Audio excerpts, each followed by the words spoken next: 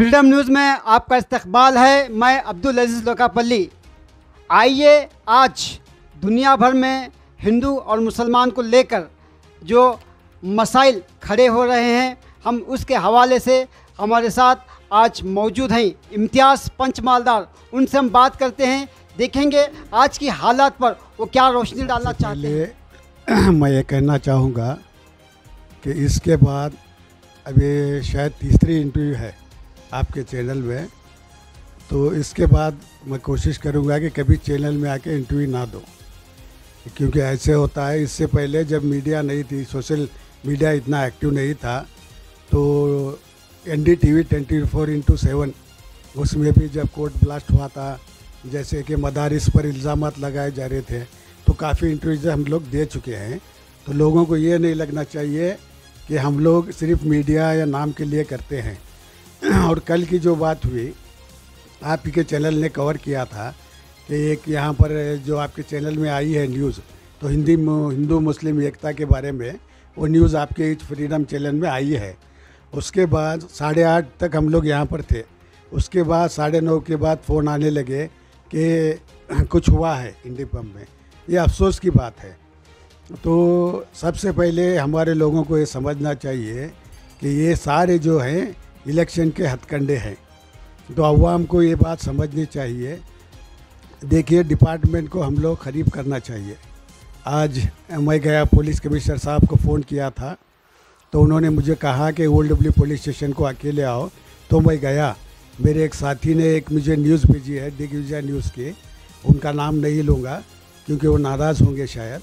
तो उसी न्यूज़ में मैंने देखा कि प्रेजेंट एक MLA साहब को डिपार्टमेंट कह रहा है कि न्यूज़ है तो गेट के बाहर जाओ।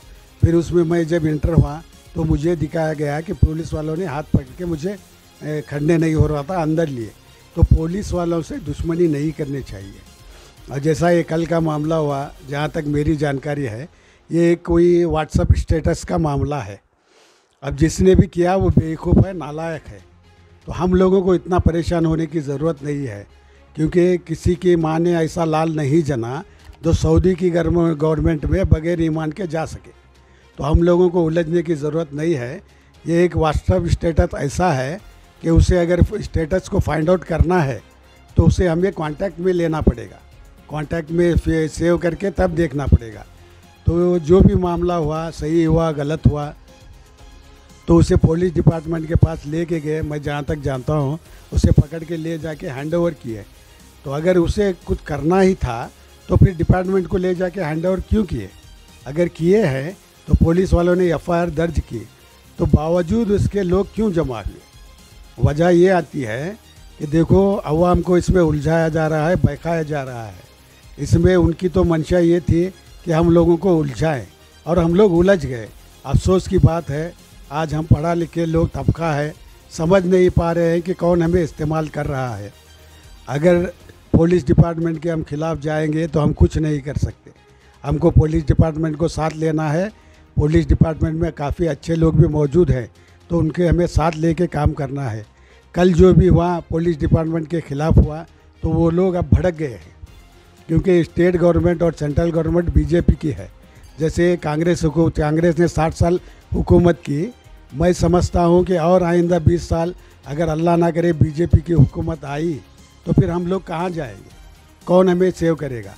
तो हमें सबसे गुजारिश है कि अपने जज्बात को कंट्रोल करें, क्योंकि एक जज्बात में आके जो हरकत हुई तो उसका मुआवजा बहुत लोगों को भुगतना पड़ेगा।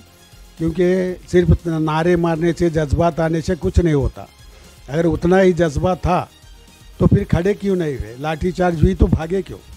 अब भागे, जो लोग भागे वो भाग गए। अगर अब डिपार्टमेंट वालों ने तकरीबन 150 लोगों को गिरफ्तार किया है, और न्यूज़ में देखा जा रहा कि न्यूज़ में ये भी देखा जा रहा कि वो बल्लारी की जेल को ले जाएंगे या बेलगाम को जेल को ले जाएंगे। उन लोगों का कौन देखेगा, कौन सोचेगा? और सबसे बड़ी ये बात है कि उसने स्टेटस डाला, हमको उलझाने की कोशिश की और हम उलझ गए। और जैसा आपकी के चैनल में आया था कि कपड़े की दुकान का एडवर्टाइजमेंट, और वैसे काफ़ी लोग 2 साल से लॉकडाउन चला है, तो काफ़ी लोगों ने करोड़ों रुपए खर्च लेके इस साल अच्छी ईद मनाएंगे, अच्छी तिजारत होगी, ये कोशिश से बहुत जगह से पैसा उठा के माल डाला है, कपड़े वगैरह डाले हैं। तो इस वजह से अब जब न्यूज़ पूरे चैनल्स में आ गई तो बाहर के लोग हुबली में ऐसा हादसा हुआ डर के नहीं आएंगे। और पुलिस वालों ने भी, गवर्नमेंट वालों ने 10 बजे के बाद रोक लगा दी, तो वो कपड़े कहाँ से बेचेंगे और जो भी उन्होंने पैसा उठा के माल ख़रीदा है उसको कैसे देंगे। तो ये जिसने उलझाया उसने तो उलझा दिया, मगर इसकी जिम्मेदारी कौन लेगा। ये कपड़े के व्यापारी जो हैं बहुत सारे हैं, चूड़ियाँ, बंगड़ी, औरतों की चीज़ें होती है, इसका खामियाजा कौन भुगतेगा। इसकी वजह से ये हो रहा है कि वो लोग तो उलझाने वाले उलझा गए, हम लोग उलझ करके खुद हमारा नुकसान कर रहे हैं। तो ये ऐसी चीज़ों से बचें, ये सीधा सीधा एक पॉलिटिकल इशू है, ऐसे चीज़ों में ना जाएं, क्योंकि हमें ऐसा करना है तो फिर किसके सहारे रहेंगे। तो किसी पॉलिटिकल इशू में ना जाएं। मैं समझता हूं कि आज के मौजूदा दौर में कोई भी पॉलिटिकल पार्टी हमारा साथ नहीं देती, तो इसलिए जो भी गवर्नमेंट है वो हमारी है। जिस गवर्नमेंट भी चुन के आएगी, जो भी गवर्नमेंट आएगी, उससे हमें काम लेना है, उससे काम लेंगे।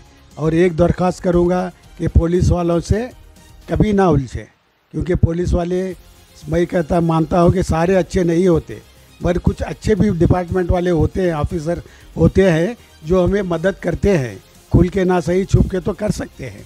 तो पुलिस वालों से ना उलझे। तो मेरी एक रिक्वेस्ट है कि आने वाले दिनों में सोच समझ कर जाए, जज्बात में आके नारे मारने से कुछ नहीं होता। अगर हिम्मत है तो नारे मारने के बाद खड़े रहें, भागे नहीं। ये हमारी कौम के लिए बड़ी बेइज्जती वाली बात है। सारे चैनल्स में दिखाया जा रहा है, लाठीचार्ज होने के बाद जितने लोग जमा थे उसमें आधे से ज़्यादा लोग भागने लगे। अगर हिम्मत नहीं है तो क्यों जमे। तो ऐसे चीज़ों से बचें। ये जो भी सियासतदान हैं, किसी भी पार्टी के हो, चाहे बीजेपी के हो, कांग्रेस के हो, या जनता दल के हो, या और कोई दूसरी पार्टी के हो, इनके झांसे में ना आए और हक लड़ने की कोशिश करें।